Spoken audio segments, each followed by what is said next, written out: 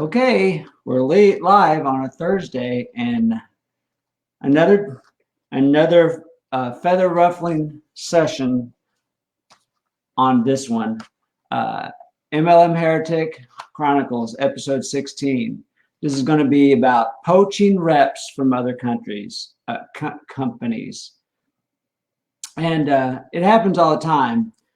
Who's really fighting so hard to stop it? And even should we?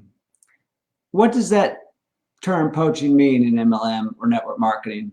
Now, I'm not talking about boiling people in water like you would if you're going to poach an egg. This term of poaching comes from the idea that people in other MLM companies are like deer on someone else's land.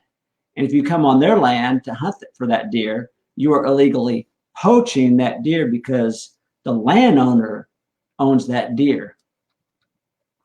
So in this usage, poaching is really a term about who owns the deer.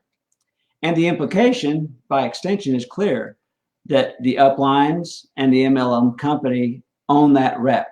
You have no right to approach that rep with your opportunity. Now, the other day I was on Facebook and I left a comment on a post about how real leaders are against recruiting people from other companies. And I thought it was something I could chime in on. So here's the copy from the post, the DM pitch that they were being critical of, and my reply. So here's the commentary from the poster. This is what we stand against. And yes, this kind of marketing is still being taught by uplines and gurus. How would you respond to her?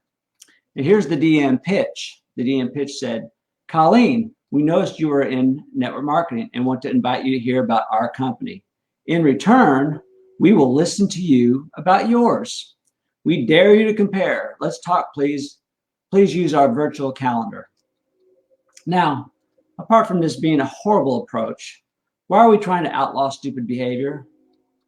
We don't do it anywhere else. Stupid behavior is just that, stupid behavior. And I see a lot of it, but I have no power to stop it, nor will I really try. You can argue till you're blue in the face, but dumb people are going to continue to be dumb, no matter how much you rail against it. And my answer to the question of how I would respond was this. Oh, that's fantastic. So you will listen to my offer. Okay, let's do it this way then. I will first send you a mountain of information which you can fully digest to the point of really comprehending my program. Now, when you're able to articulate it back to me well enough so that I know you have actually looked at it, instead of just saying that you will, only then would I be more than thrilled to reciprocate in like manner. And then I left a bunch of LOL emojis. But in reality, I would have a huge problem training someone like this. But it'd be a totally fun thing for me to do. And I wish someone would do that to me now. It was a horrible tactic that someone used to try and get someone to look at their opportunity. But you know, the last time I checked, this is a free market society in which we live. I think the Civil War had a definite effect on ending slavery. And am I wrong to believe that companies and uplines don't own people? Am I the only one who believes that? Well, here's the heresy part about it all. Why are people so against the free exchange of ideas and moving to another opportunity if it might suit them better? If they might make more money, or they may have a better product, compensation structure, or support system in place to achieve their goals. What is the problem really? Staying in one company out of some kind of misplaced loyalty when you're going broke and your upline is mistreating you, or the company is doing stupid things, is something that you wouldn't do in any other business. But in MLM, it's almost like expected to the point of sworn fealty to an evil king. And I get approached all the time by people who don't know how to recruit me effectively. Most of the time, it's in a completely stupid way because they don't know anything about me or what I do. They just try to get me into their deal, which is fine. I really don't care. If someone wants to recruit me, I'll listen to what they have to say. One thing I seriously have an issue with is the way they are recruiting me blind. They know nothing about what I do, how long I've been in my company, and what kind of money I'm making, even though this information is easily discovered on my profile.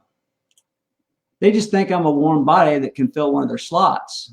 I know they're not going to succeed. and they're doing it, but they're people and they're trying to make a buck. They're doing their hustle, but they're already doing it wrong. This business is about trust and relationships. Maybe they should take a look at my profile. It's all on there for anyone to see.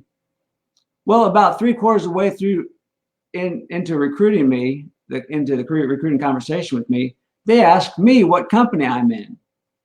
Well, why didn't you look first, you idiot? It's right there. I mean, people just don't look at other people's profiles. I look at people's profiles to find out about them. I'm actually genuinely interested in what they're doing. So if I'm going to try to recruit somebody into my company, I'm going to find out about them, see if what I have can provide them with a better opportunity than they're in now. Can I offer them something where they stand a better chance to create long-term residual income? In most cases, I can, because there's an overwhelming majority of junk programs out there. But people love their program.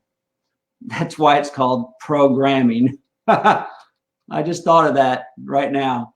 Watch my 2 free deprogramming sessions to cure yourself if your program is not running right. But another problem I run into frequently is people are shut down and closed off and not willing to listen to any new information. Confirmation bias is one of the most powerful mental obstacles I face that only trust, time, and friendship can overcome. So pitching them right away from me is pointless.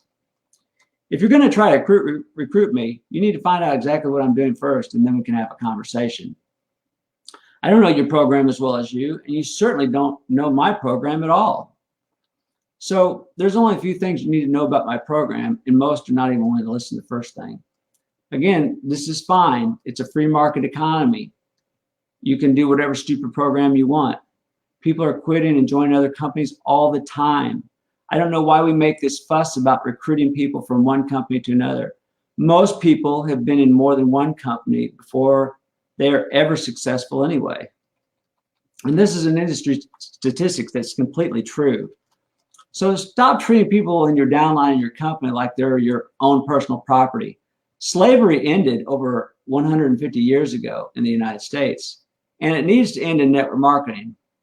And people in MLM talk out of both sides of their mouths on this issue anyway, doing a lot of virtue signaling, but in practice, poach people all the time if it serves their agenda. Talent is talent. Free agency in the NFL was opposed by team owners. They fought against it for so long. And this is the same dynamic that's going on in network marketing. People have the right to work whatever program they want or say no to whatever program they don't want to. I think these companies and uplines are attempting to do is keep the plantation mentality alive in network marketing. So if that's the case, here's what you can do at your next big corporate dog and pony show. Get all the high-ranking pins, you know, the guys who are making $10,000, $20,000, $30,000 or more a month. Get them on stage with all the corporate executives and staff, and then you just line up all the little peon people down in front, okay? And that way you can piss all over them all at once, and that way you can effectively mark your own territory, because that's the equivalent of what you're doing when you say that poaching should be punished. How many of those pins and execs raided other downlines and the corporate staffs from other companies to build their empires? What is this saying? Pot, kettle. Someone remind me what that's called. It escapes me. Pot, kettle. There's some proverb about that. I think poaching is utilized in every industry quite effectively in a capitalistic economy.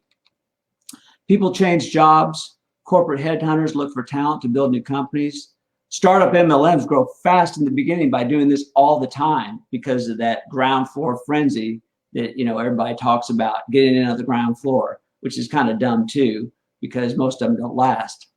But why is network marketing trying to circle the wagons and keep people enslaved in bad programs?